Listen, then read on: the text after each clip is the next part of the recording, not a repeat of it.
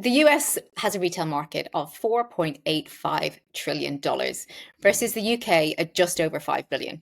Both massive numbers, but the scope and the opportunity for expansion in the US, if you get it right, are massive. Today I'm joined by Lauren Orlicky, co-founder of US Launchpad, a company that helps, among other things, your brand launch in the States. And we're going to be chatting all about the do's and don'ts of launching in the States. Lauren, thank you so much for joining me Thank you for having me. It's great to be here. and taking time out of your Italian holiday. Thank you so much. Well, it never stops. Business never stops. No, I know we were saying about work-life balance. Sometimes it doesn't really exist when you have your own business, but we like to try. So tell me about US Launchpad. What is it that you do as a business? So the original story actually dates back. I've got an e-commerce business as well, and we were finding that we're getting so much traction in the US with traffic on the website, people wanting to buy the products, but shipping just being sky high and all the normal issues that come with it. So decided that I wanted to test the American market with the e-com products initially. Made every mistake in the book and took every wrong turn. It was the most expensive, stressful, awful 2 years of the whole e-com journey that I've experienced so far. And thankfully it worked out. It was great, and we're doing well over there, and it's been a success story in its own right. And we were selling bundles in the UK with our products that we manufacture, as well as a complementary product from a company that we didn't manufacture for. And I've replicated that bundle in the US, and it started to get real traction and was selling really well, just like it was in the UK. So I kind of expected it, but the company that I collaborated with on this bundle wasn't expecting it. So they contacted me and said, "Oh, this is crazy. We're sending all this stock over to the States for you." So they thought that they had a market in the US too and wanted to explore that. So he contacted me and was asking if he could send some stock over to the US. And at the time, we had like a tiny office and small, and I mean really small storage space. And you become friendly with your suppliers. So I was like, okay, yeah, go for it. I'll see what we can do, kind of thing. So he sent his products out there, and that sparked the journey of me figuring out a way for him to launch in the States without having gone through the hell that of setting up a company in the US. And we found a way that you could sell in the US as an international seller without having to set up a company out there, go through the legal battlefield. Because as soon as you set up a company out there, you're in for, I think it's 54 forms that you have to submit. Even if you're not trading, it's an admin nightmare. It's hard work and pretty stressful, especially if at the same time you're trying to get visas to work out there as well. So we found this way, and I actually sat down with about 6 or 7 lawyers and accountants and tax advisors to make sure that this thing was real and legal, because it just seemed too easy. And I remember sitting in a boardroom table with 4 guys all dressed in suits, screaming acronyms at each other, like, oh, the AYD and the da da da. And I was like, oh my God, I just have no idea what you're talking about. I just literally am so lost in all of this. So when we found this easier way, it just opened up so much opportunity for, at the time we were talking with UK businesses and things like that. And then our supplier, the brand that we'd collaborated with on the e-com side, his brother then contacted me, and he was like, "Oh, I've got a coffee company. Can I send some of my granules over to you?" I was like, "Okay, yeah." And then his nephew then contacted me, and he's like, "I've got a water bottle company. Can I send some products over to you?" I was like, "Yeah, sure."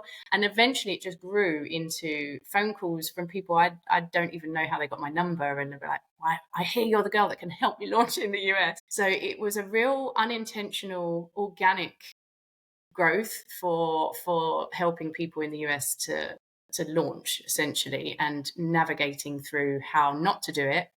And then once we found this much better way how to do it, so we've literally got a playbook of. Yeah, so tell me how is the way? What way do you facilitate it now? You can, of course, set up a business out there, but if you are testing the market I would use it as a stepping stone and sell as an international seller initially.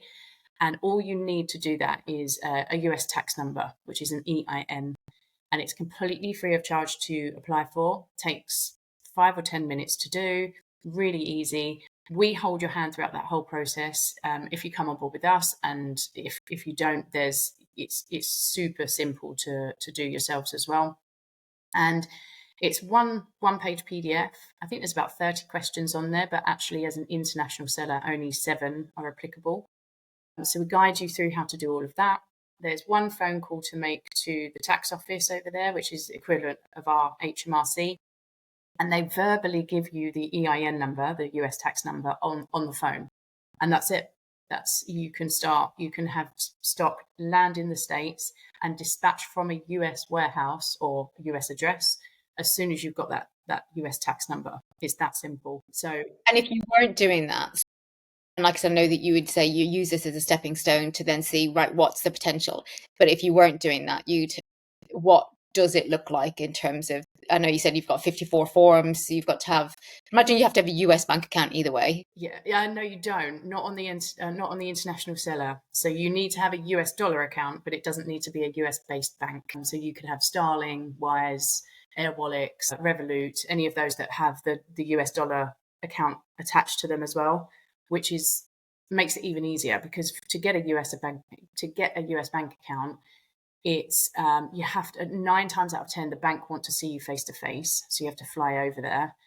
You have to be recommended from someone that's already banking with them, and there's lots of hoops to jump through and hurdles to jump over to actually get a US bank account as well. But it's not impossible. It can be done. And the form side of it, so to set up an entity over there, it does cost money, whereas the international seller way is free of charge. I'd probably budget between $5,000 and $10,000 if you're looking to set up an entity, get the tax advisor to help you with that, and also the US bank account as well. So it's But the way you work is you have a business set up as an international seller, and you have fulfillment spaces over there that they can deliver to and send out from and everything. exactly, yeah, exactly that. I mean, if they've got a US company, we can still help them.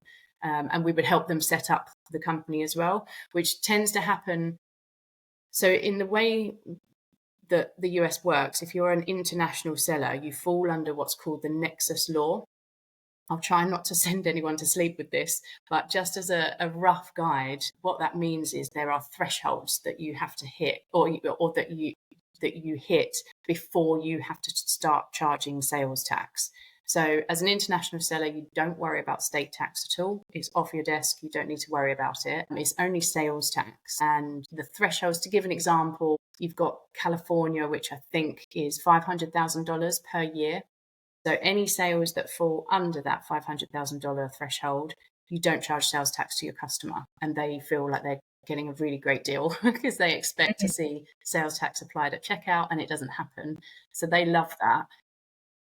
And then as soon as you clip over that threshold, because each state has got a different threshold, some are $100,000, some are $500,000, and everything in between. So as soon as you tip over that threshold, you'll then need to start charging sales tax at point of checkout, and then paying your sales tax each month. There are tools. If you're using, for example, Shopify as your store, you can use TaxJar as a tool to deal with all of the tax calculations and everything, so you don't ever need to contact a customer post sale to go, oh, I'm really sorry, actually you were over our threshold, can I just collect the sales tax? It's a really horrible user experience. So it will kick in automatically. It knows what your sales are at, and it knows when to start charging sales tax. And it's really cost effective. I think they're about $24.99 per month for TaxJar. So it's really, really cost effective, and it just takes that headache away from you. With the monthly tax returns, they're done all online on the portal, and it takes 5 to 10 minutes each month. So you don't need to pay out for big, expensive tax advisors or accountants or anything like that. If you're with us, we'll sit there on a video call with you as many times as we need to over so many months until you feel confident to do it yourself as well. or we've got step-by-step guides with screenshots and everything on how to actually submit the tax. But it's really, really easy as well. So that's kind of the headache taken away and no expense attached to it as well.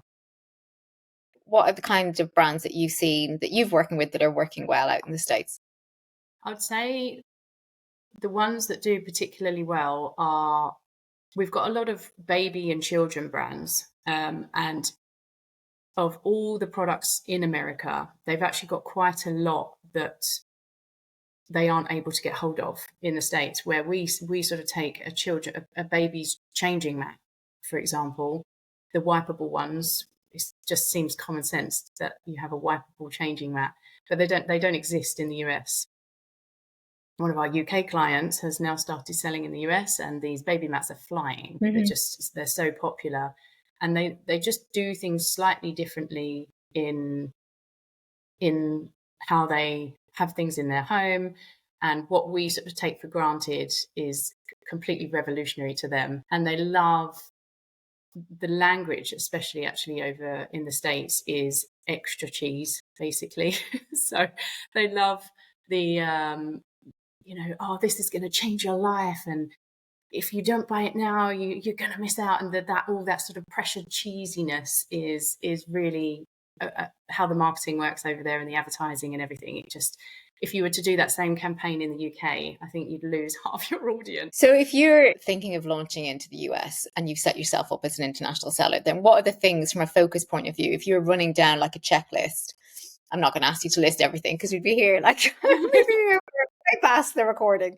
But I suppose it is then looking at that tone of voice, how it's different, and doing that kind of market research of how you need to position yourself in the States versus how you are in the UK. It's one of the reasons why I always sort of recommend setting up as an international seller first, and really organically growing it as well, because you can test things and it can go wrong and it's okay. It's not cost you a huge amount of money or time, sort of thing. So to organically grow it and test it step by step is a really nice way to launch.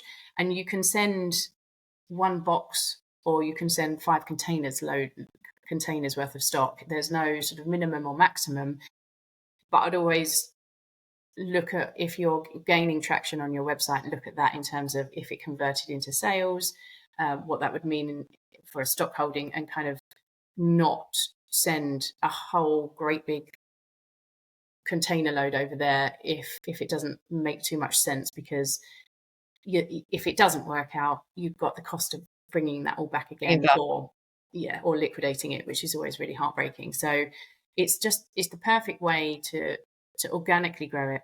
And sometimes selling out can create more demand as well. It's a frustrating issue to have as a seller, because you want all the sales that you can get, sort of thing. But sometimes that lack of availability can help bubble up a bit more demand, and then you can do a nice launch campaign of stocks coming back in 2 weeks time, pre-order now, or something like that. And you can almost sort of keep selling out and just growing your stock and your inventory gradually. And do you recommend for brands to have 2 separate websites, like a US based website, a US targeted website in terms of the language that's on it, and different social media, or what do you suggest? Both work. I don't know that I would recommend having 2 different social media accounts, just because it's really hard to build up the audience. It's really hard. For the websites, it's either if you're on Shopify, for example, you can use Shopify Marketplace, which just takes your current website and converts it into dollars. You can hide ranges if you're not launching your whole stock holding in the US. You can hide ranges, you can hide SKUs, and only launch with the ones that you actually are having out there. So I know a lot of people get scared of that. Or if someone's ordered this and it's actually only in the UK warehouse, they're going to get split deliveries and things like that. You can just switch those products off, so it's not a logistical nightmare. Make it as simple and easy on yourself really as possible. But I would probably start with the Shopify Marketplace, or the sort of conversion if you're with WooCommerce or whoever. And then I personally would then separate the websites, just because as soon as you do a promotion, if you are doing a collaboration in the US, for example, with a US based brand, that wouldn't make sense to do in the UK, or for your European audience, they don't even know that brand, for example, that exists in the US. You're able to play with it a little bit more and do more targeted and focused marketing on the collaboration for your US based website. And you won't have UK and European customers going, huh? What is this?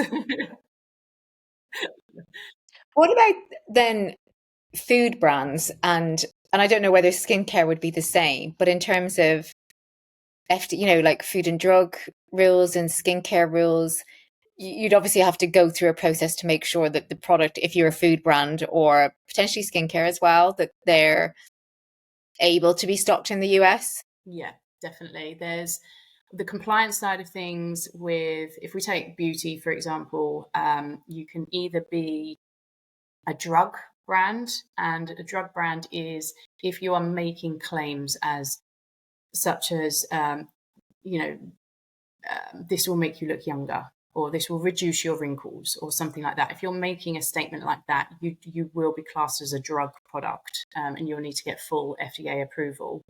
If, however, you're saying you're not making claims like that, just smooth for smoother skin or something like that, and a slightly lighter claim, that would be Mhm. classed as cosmetic. So you don't need FDA approval for that. The only thing you'd need to do, so depending on which category you fall into, if you're drug, sorry, you'd go for the FDA approval.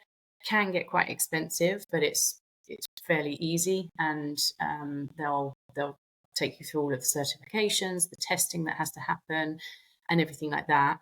If you fall into the cosmetic side, which if you're making a claim about anti wrinkles, or whatever the claim may be in the UK, a lot of people just tweak it slightly, say it's for smoother skin, just so they don't have to go through the FDA approval process. And then for the cosmetic side, you just have to get your labeling correct. And there's a great website on the FDA Association website, a great page, sorry, which lists out, it's all completely free of charge as well, this resource, lists out exactly how your label needs to look, what it needs to include, how it needs to be displayed, and the information that needs to go on it. So they make it really, really simple. You just got like checkbox. And to be honest, if you're selling your product legally in the UK and or Europe, 9 times out of 10, it's also legal in the US as well. The labeling's pretty similar. Yeah, because the UK is stricter than the US. I remember from my Primark days and when we were launching in the US and Europe was actually harder. France, going into France, that was harder, and Spain Yeah, from in terms of compliance and licensing and all that kind of thing. But yeah, I remember the UK being more stringent than the US. So if your packaging was and your products was approved and good for the UK, you were generally fine for the yeah, US. exactly, exactly. And what mistakes have you seen brands making that have launched in the States? And I suppose you've known from your own experience of what mistakes you've made, but what mistakes have you seen brands making? Yeah, I wouldn't say there's mistakes that have been made. I think expectations are set too high, because the market is huge in the US naturally, and they spend a bit more as well. From my experience, that's not an actual fact that I've seen, but they just seem to be happier to spend a bit more money. So I wouldn't say mistakes as such. I'd just say heightened expectations of, oh, this is our big launch, it's going to go crazy, and then it doesn't go as well as they hoped. And I'd say that the most common journey I see in pretty much all of our clients launching in the US is the launch will either be great or sort of fall under what is expected. It's never terrible, because there's the products aren't ever terrible, so it's always sort of okay, but maybe under what the seller was expecting. And if that's the case, there seems to be a running theme of brands needing to stay consistent for between 10 and 12 months. And if they can stay consistent for 10 to 12 months and keep going with their marketing, obviously the sales are still coming in. It's not Yeah, yeah. loss leader kind of thing. But with the consistency. And then around the 10 to 12 month mark, I'm not sure what happens, to be honest, but I don't know if algorithms kick in and whatever's happening, we just see a boost, and it's like enter the next level of the US Yeah. market. And suddenly you'll start to see around that mark, typically your US sales will start to even out, if not tip over what your UK sales are doing. And then if you're there for, I'd say probably 2.5+ years, the story is with all of our brands pretty much is they're doing at least 2 times the amount of sales in the UK and 2 times the amount of sales in the US compared to their UK website. So it does, it's a gradual growth. It happens, and you do get more of the market as the longer you're there, but it's not this big bang. Sales are amazing from day one, and they're consistently amazing. It's a slightly jagged growth where you kind of like plateau and grow gradually. And what would you say they need to have in place then before they start thinking about the US? Product liability insurance is quite a big one, especially if they're looking to do wholesale. That is, most people obviously have that with their UK or European companies anyway. But you'll see that some insurance policies in the UK and Europe won't cover you if you are dispatching from a US warehouse or US address. They'll only cover you if you're dispatching from a UK or European address into the US. So just double, triple check that on the policy. Another condition we see is the policy that they've got in the UK or Europe will cover them for US sales, but only up to a certain amount, up to $10,000 per year, for example. Any revenue generated from US sales over and above that, they're suddenly not covered. So And do you provide that as a service as well? Do you help with the product liability insurance? Do you provide it? Does your company provide it, or do you link with insurance providers to do it? Yeah, so we've got an umbrella policy because it actually means that if a client sends a product out and that customer sues them, we could also be part of that because we dispatch the product. So our umbrella policy covers us, and then we can add our clients onto it. And it's one that, because quite a few of our beauty clients are in retailers like Ulta.com, Credo, Detox Kitchen, all these like big retailers. They require so much on their product liability insurance. Most of them come under our umbrella policy without any additionals needed. Ulta, for example, require a $6 million cover per occurrence plus legal and attorney fees. So it's a biggie for Ulta, and which we can get, and it's not an issue, but it's about $500 per year more than the standard policy that we can add you onto. Yeah. But yeah, it's all there because I know when looking for my own brand, if you haven't got a US company, it costs. I mean, we got our first quote in at $38,000 for product liability insurance in the US. Yeah, it was madness. So, but where most brands, we can, if it's a standard product that doesn't need the extra, or it's not classed as hazardous or anything like that, the policies start at around $1,300 per year. So it's much more affordable. And what else would you say they need to be thinking about? Freight is always a biggie, and we can definitely dive in and see if we can save a few pounds and pennies on that side of things as well, dealing with it door to door. A trip up that we've seen quite a lot of clients be victim of, which is really sad, and this isn't them having booked the freight through us, is when sending product to the States, before the stock even gets loaded onto the vessel or the plane or however it's being sent, before it gets loaded onto the vessel, they have to file what's called an ISF. And if that's not done and it hits the water or is in the air and then goes to the US, you'll get a $5,000 fine without question. And there's no way to appeal it. They won't listen. And we've seen 3 or 4 clients stung with that this year. So just a real big heads up if you're sending stock to the US and the freight agency or your agents or anything hasn't mentioned ISF, ask them, has my ISF been filed before you load my stock? When a brand is setting themselves up as a supplier with a retailer, do they set you up as the supplier No, and in the paperwork, or is it they set themselves up as a it supplier? set themselves up as the supplier. We would come into that with, obviously, we would put all of the product liability insurance policies forward with the certificates and everything like that.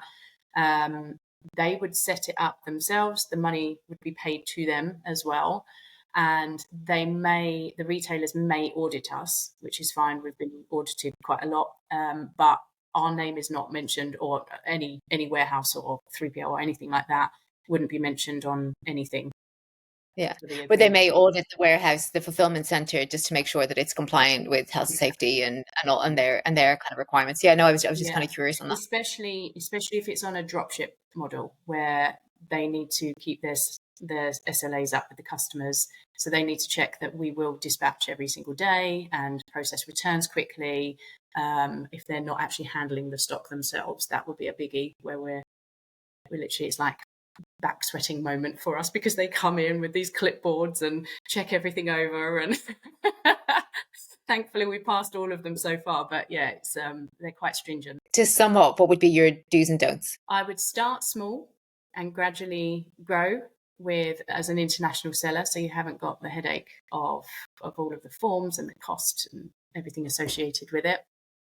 I would manage expectations for the launch. I know it's a huge market out there, but it's takes I've forgotten what the number is now. It's like 17 exposures before someone will buy from you, or something crazy like that.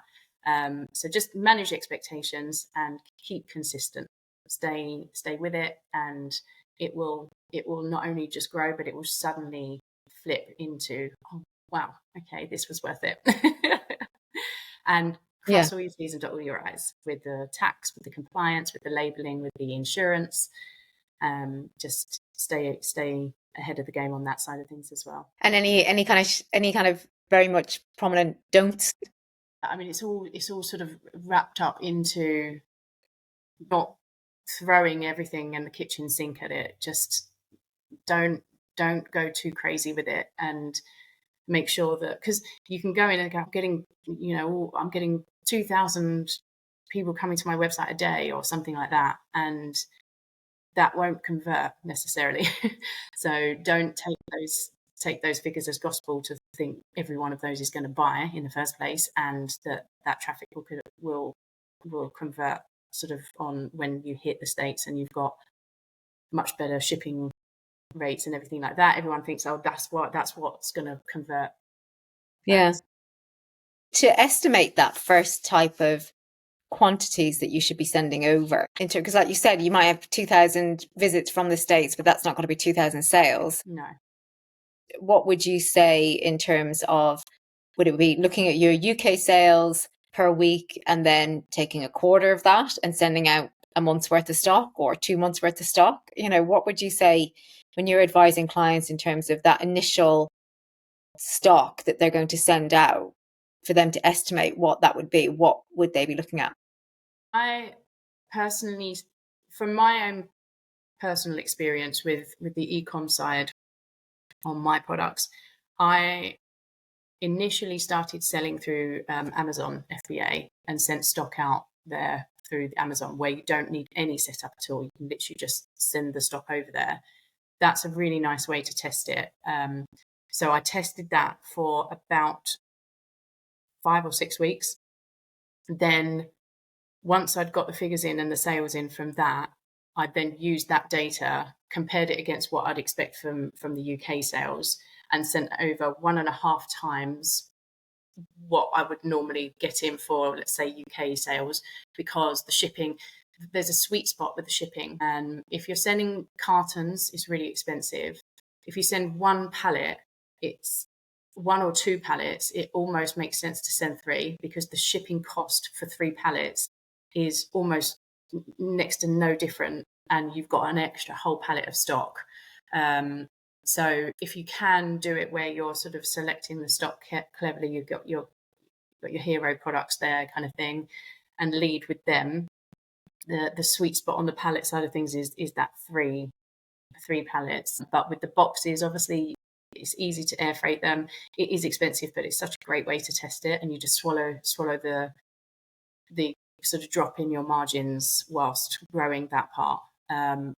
So with the stock calculation, I wouldn't necessarily base it on the traffic that you're getting in, unless you're actually selling to the US and Yes, anyway, sending. yeah. Yeah. But yeah, otherwise, if you can test it in on a different marketplace, or go with how you first started and be conservative and just send a small amount and grow it from there. And then how, in terms of people working with you, to understand, well, I suppose first of all, you don't just deal with the States now. Your business has expanded and you deal with Europe. Talk to me a little bit about what you do as a business. Yeah, sure. So we started in the US, obviously, with the whole e-com story that I mentioned at the beginning, and hence the name US Launchpad, which doesn't really work anymore. But we got some really great clients in the US, and they were asking if we could do their UK fulfillment as well. For quite some time, we were saying, no, it's US, that's what we do. This is our strength, kind of thing, blah, blah, blah.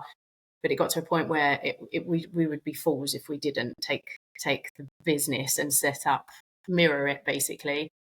So that's when the UK happened. And shortly after that, Brexit then happened. And we saw like a landslide of between most of our clients lost 40 to 60% of their revenue with Europe sales gone, which was devastating. So hence Europe. My husband is Slovakian, so it made sense for us to explore the Slovakian market. And so we did. And thankfully, Slovakia is actually one of, I think it's 5 countries in Europe that don't require the fiscal representation, which is really expensive. So you don't have to have any fiscal representation if you're using the Slovakian warehouse. And it's quite a similar setup with where we'll take care of the whole VAT, EORI, and OSS registrations and license and all of that lot. The new GSPR, but we can help with all of that as well. But it's pretty much a mirror image. In all 3 warehouses, we operate exactly the same. And we use account managers with the warehouse operatives are all on the channels with every single client. So they've got direct access to their team in whichever warehouse, or all 3, or whatever it may be. So the response times are quick, especially in the US, because they're so quick to get nasty and leave horrible reviews and everything like that. So it's a real big push from our end to reply as soon as we humanly can. And if a parcel's gone missing, or the customer's going to get irate about something, we'll be able to deal with it ASAP. Yeah. In terms of the size of businesses that you work with, and because before, only for a different project that I was working with, I was speaking to fulfillment companies, and sometimes they need a certain turnover per month in terms of volume of stock or volume of cash. What are for those smaller businesses that are thinking, actually, the States could be possible? What do you need them to do, or have for you to say, yeah, we can work with you? In the US and Europe, we don't have any minimums. It's literally there for the reason of helping these small, and often we work with mostly female founders, and those incredible superhumans are mothers. They've got their accountancy hat on, they've got marketing hat on, advertising, stock control, inventory, software, systems, customer service, everything. They are like every being in the business as well. So it's there to, I kind of want to scream it from the rooftops for those people in particular, because it's that classic, I'd love to launch in the US, but I wouldn't even know where to start. So if I could just get a hold of them and shake them and go, literally, it's free of charge. It is 5 minutes, if not 10 minutes of your time, and you can open up a whole brand new market to grow your business and be where you want to be and everything like that. So for that very reason, to support those businesses and those incredible people, there's no minimum for Europe and the US, and we'll go over and above to help them launch, hold their hand through every step of the way. UK, we do have a minimum, just because as soon as we've got the warehouse, as soon as it sort of gets to the point where we're full, we open up another warehouse and suddenly that warehouse is full again as well. So we are a little bit more stringent on order volumes and things like that from the UK side of things. But US and Europe is open to helping these brands grow as much as we can. We'll also, if they're interested in wholesale, we've made some really lovely connections with some buyers in various different retailers, Urban Outfitters and Ulta and all of these other retailers, where if it makes sense for the brand and it makes sense for the retailer, we'll then connect them and they can hopefully negotiate prices on the products as well, because essentially that's an extra chunk of work for us. So we're earning from that and they're growing as well. So it's kind of Yeah. a win-win. Yeah, So absolutely. yeah, so we'll do what we can to help grow as well. Let me start that again. But no, when I first saw you on LinkedIn, I saw that you spoke at one of the retail summits, and I thought that it was really interesting what you were doing and how you were helping brands grow. And, you know, from listening to you today and the opportunity that's there, and lots of things that I didn't know about in terms of the international seller and that opportunity, that it would be, you know, really based on the size of the market. And I know, like you said, it can take 10 to 12 months, but if you're consistent and you stick with it, the opportunity that is potentially there for a brand is unbelievable. Yeah, yeah, I completely agree. It's for most, I'd say it's a no-brainer, and they can really double or triple their business sometimes. Absolutely. I've got people in mind that I'm going to message as soon as we stop recording, actually saying, you need to get in touch with Lauren. You need to go and speak to her. But no, but Lauren, thank you so much for joining me today. No problem at all. Thank you for having me. And I'll be back again next week with another great guest.